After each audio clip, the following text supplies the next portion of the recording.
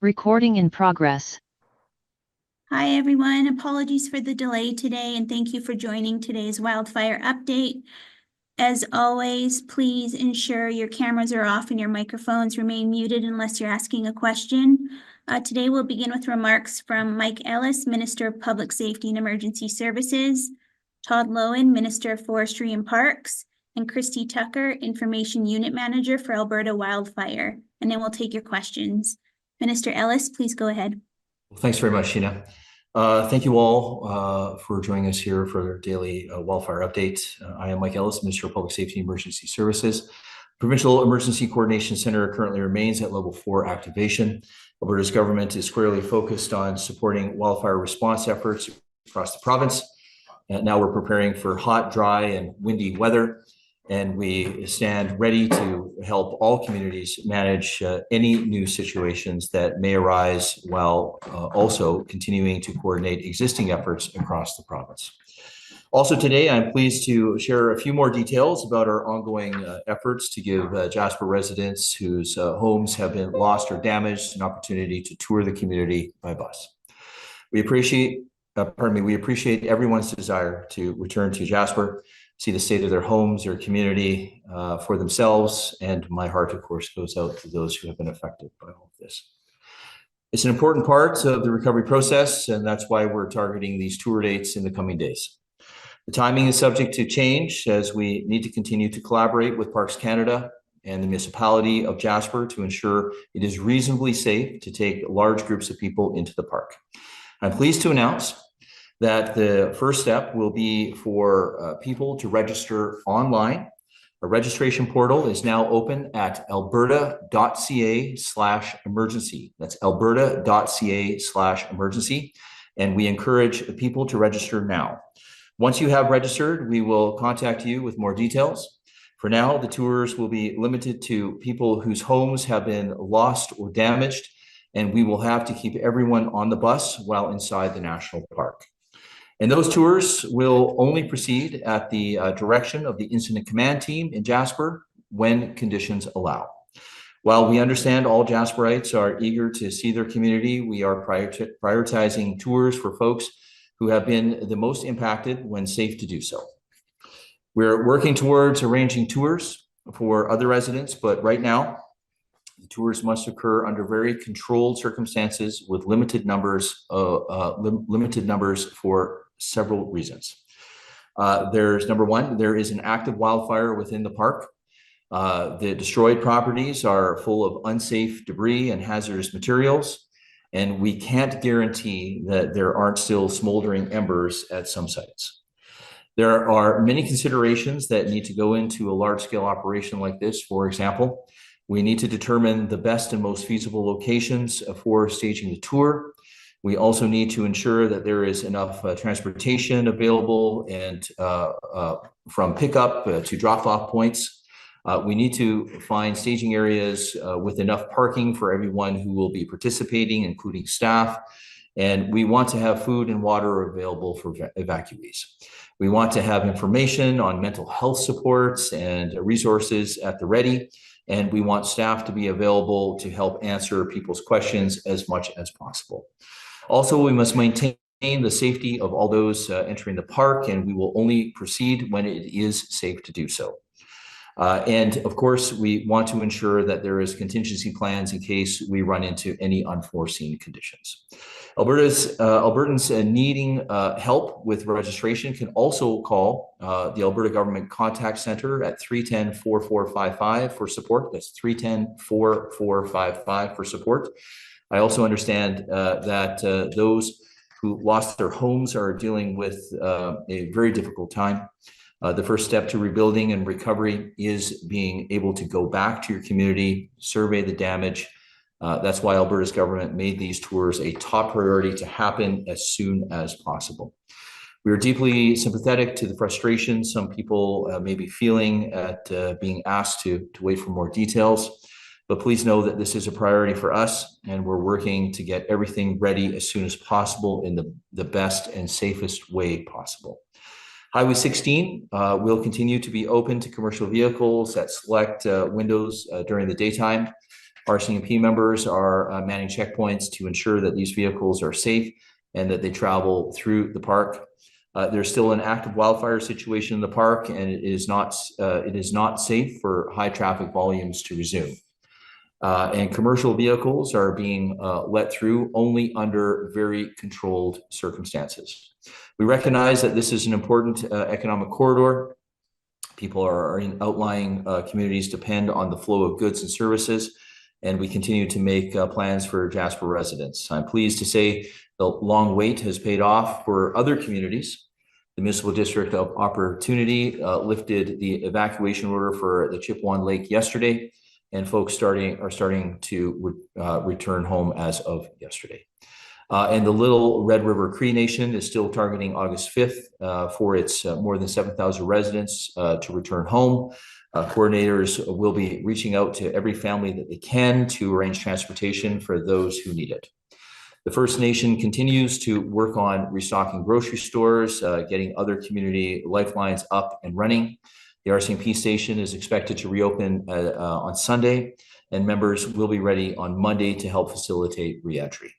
However, I need to caution returning residents that this does not mean that wildfire season is over or that the threat of wildfires is completely over. Residents in any community near a wildfire of note should continue to be prepared to leave on short notice.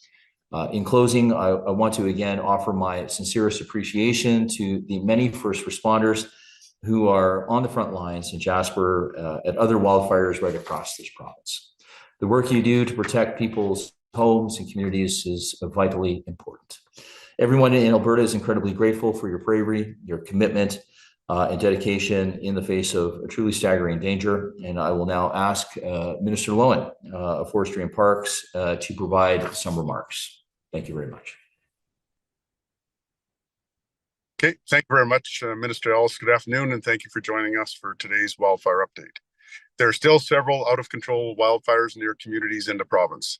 These include the Simo Wildfire Complex near the communities of John Doerr Prairie, Fox Lake, and Garden River, the Kiska Wildfire Complex near Crescent Falls and Nordegg, the Kettle River Wildfire Complex near Janvier, as well as the Jasper Wildfire Complex that Alberta's government continues to assist on. High winds and warm, dry weather are leading to increased fire activity on all of these wildfires, presenting some operational challenges. There has also been some growth on the Jasper Wildfire to the south, but crews were able to limit the spread with the support of aerial helicopter bucketing, fuel breaks constructed by heavy equipment, and carefully planned controlled burns. Firefighters and support staff continue to work night and day to suppress these fires, and will keep at it until the job is done. Recent rain in parts of northern Alberta has reduced wildfire danger there.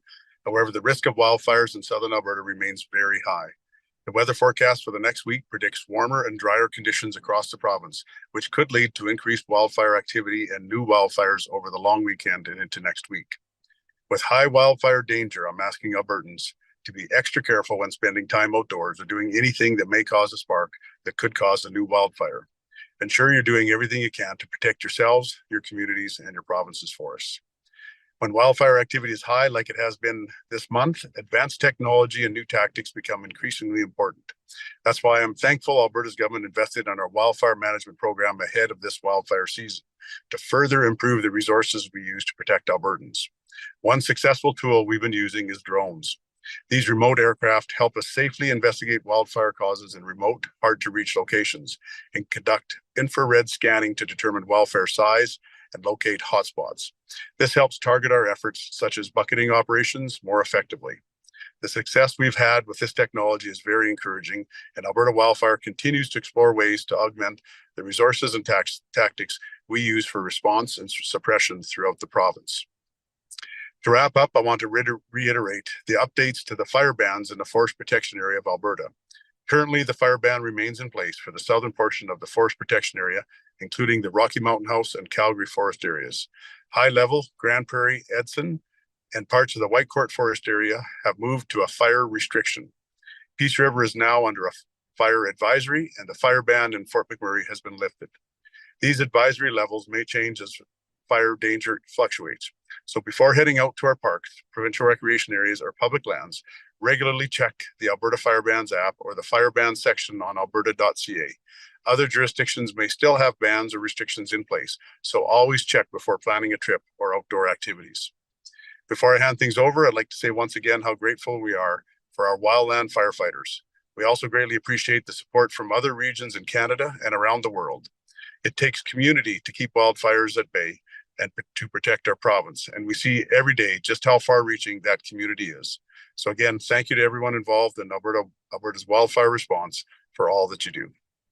And we'll go on to Christie now. Thank you, Minister. There are 115 wildfires burning in the forest protection area of Alberta.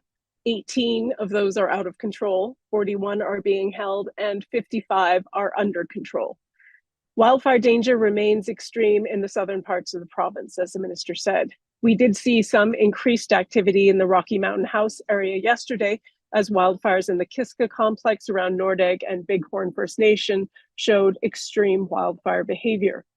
RWF 064 is 25 kilometers south of Nordegg and is estimated at more than 6,300 hectares. RWF 062 is 20 kilometers west of Nordegg and 9 kilometers northwest of Bighorn First Nation. It's now estimated at more than 4,500 hectares. Both of those fires have grown since yesterday. Some parks, campgrounds, and roads may be affected by these wildfires, so please check the Alberta Parks website or 511 for more information. With the extreme fire danger in the south, a fire ban is in place in the forest protection area south of the Pembina River. Please remember that this weekend, if you are planning to be out and about in that area. In the central and northern parts of the province, wildfire danger has gone down, but is still high or very high in some areas. As the minister said, you need to check albertafirebans.ca for the most up-to-date information. For those communities that may be returning home over the next few days, or who are in the vicinity of an active wildfire, please be aware that you should always exercise caution near a wildfire, even if it is classified as under control. Our crews could still be working, and trees within the perimeter of a wildfire may also be unstable, as their roots could be burned or damaged. Please do not approach the site of a wildfire until crews have cleared debris and it is safe to do so. We'll continue to do our part over the long weekend to contain the wildfires that are burning in the province. Please do your part to prevent any new wildfires from starting. If you're having a campfire, make sure it's out before you leave. You need to soak it, stir it, and soak it again. Thank you. Thanks, Christie. We'll now take media questions. Please note that Joe Zatylny, Deputy Managing Director for the Alberta Emergency Management Agency, is also available for questions. Each journalist is allowed one question and one follow-up, and please state your name and media outlet before asking your question. Michelle, we'll start with you.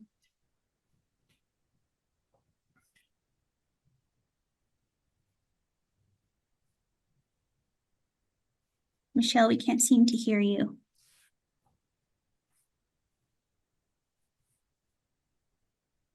All right, let's go over to Jonathan and then we'll come back. Oh, no? Yep, we can hear you now. Oh, perfect. Sorry about that. There's people listening in on this call. They're all yelling, no, we can't hear you. This is a question for Minister Ellis. You indicated that with the people going through Jasper on the tour, that they wouldn't be able to get off the bus. Does that include being within the town of Jasper? I wonder if you could just elaborate a little bit on that. Yeah, that would be within the town of Jasper. Yes, correct, Michelle. And what's the reason for that? It's still, there's still areas in there that are unsafe. And, you know, we have to make sure that we have the appropriate fencing that is being put up. As I indicated in previous briefs, we have ATCO, we have electrical companies that are working as fast as they can to make sure that you know, power lines are put up, that there's no live wires. I mean, that's really the extent of it. So this is, you know, it's not the politician, Michelle. It's, you know, these are the folks within the incident command team that we're listening to and taking advice from. We're also trying to balance that, understanding that people want to go in and at least look and see their properties. And we're trying to really balance both worlds in making sure that people have an opportunity to see so that they can assess with their own eyes, but also respecting the fact that that there are wildfires just outside of the municipality of Jasper, and also that there are dangers within the community. Thanks, Minister. Jonathan, go ahead. Hi, Jonathan Bradley, Western Standard. My question is for Minister Ellis. So you spoke about a registration process being set up for Jasper evacuees who have lost or damaged homes. What will that registration process entail? Well, I might get Joe to expand on this, because I know that him and his team have been working as fast as they can to get that registration process set up. But really, it's about taking in information. It's really the sign up. They're going to be gathering that information, and then this is going to assist with the scheduling of the tours themselves. So, Joe, maybe you can expand on that. Yeah, that's correct, Minister. And there'll be a portal that people will be able to enter in their information, their address. We're going to have a team that is able to schedule those that have lost or have damaged residences. And then we're going to place them in a tour schedule to be able to get them out there. And I would also add that there's definitely the mental health component. So we want to ensure that they're looked after from when they leave the location that they're at all the way to site and then back. And so those are all components that we're looking at, as well as some of the distances of the Jasperites and where they're located right now, to ensure that it's a manageable trip for them. Okay, my follow-up pertains to something else you said, Minister Ellis. So you spoke about contingency plans being set up for in case a crisis happens during the bus tours. What do those contingency plans look like? Well, I mean, this is what the incident command team is doing, right? So they're looking at egress routes. Obviously, there are hotspots that are outside of the municipality. So they have to identify where those hotspots are. Obviously, there are variables that are unpredictable, i.e. wind, as an example. If that wind picks up, and a bus is located in a certain position, then what is the egress route out in order to get people out of the community when it is safe to do so? Again, I can't stress this enough. We're taking, we're listening to what the incident command team is saying. There are dangers, but we're trying to minimize those dangers, which is why we're not having people leave the bus. But we also are trying to balance that with the understanding that, people want to see what their properties are look like, so they can, start to get that recovery process going. Some folks have to contact insurance companies. There are other things that need to be done here. So, we're trying to do that in the safest possible way possible. Joe, do you want to expand on that, or is there anything that you can add to that? That's bang on, Minister. Also, we do have there's still an active out of control fire, and so we have resources traveling on the same highway. There's contractors that are working on the reentry work to reestablish the community and focusing on the critical infrastructure. So all of this is taking place, and so we need to be very cautious, coordinated, and do things in a safe manner, and also in a manner that if we need to cut the trip short and move people out of there, that we can do that in as quick as possible. Thank you. Carly, over to you. A bit of a logistical question for these bus tours. Are we talking about people coming from Grand Prairie? Is the bus going from Grand Prairie, or will they need to meet in Hinton? What's the plan to pull this off with people all over the province? Well, these are the details, but that are absolutely being fleshed out. But Joe, if you want to expand on that, I know you and your team have been working hard on this over the last 24 hours. Thank you, Minister. And these are the details that we are trying to look at the best routes, and to ensure that those that have to travel distances also have locations of rest points. And so those are the pieces and that we're working on right now, while also identifying the level of interest to make sure that we know how many people that have lost or damaged homes are interested in taking this. I would also say that, you know, the process of focusing on the people that have lost or damaged homes. This was in partner with the town of Jasper. This was what their wishes and what they were hearing from their community, that they really wanted us to focus on those people first. And so we're working closely with them to meet the needs, because they're the connection point into the people of their community, but also at the same point, how can we do this as best and as safely as we can and as quickly as we can.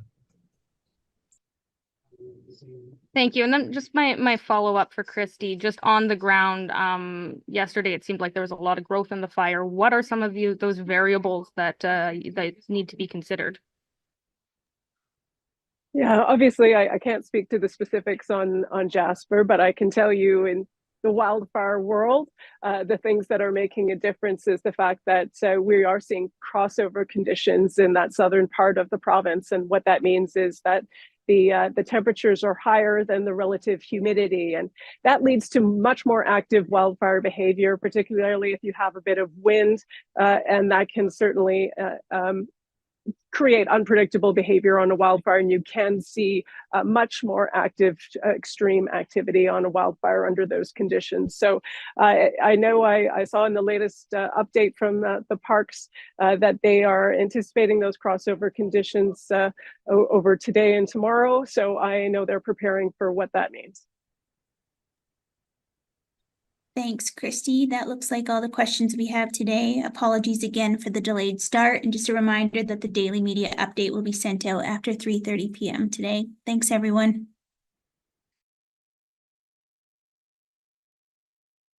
Recording stopped.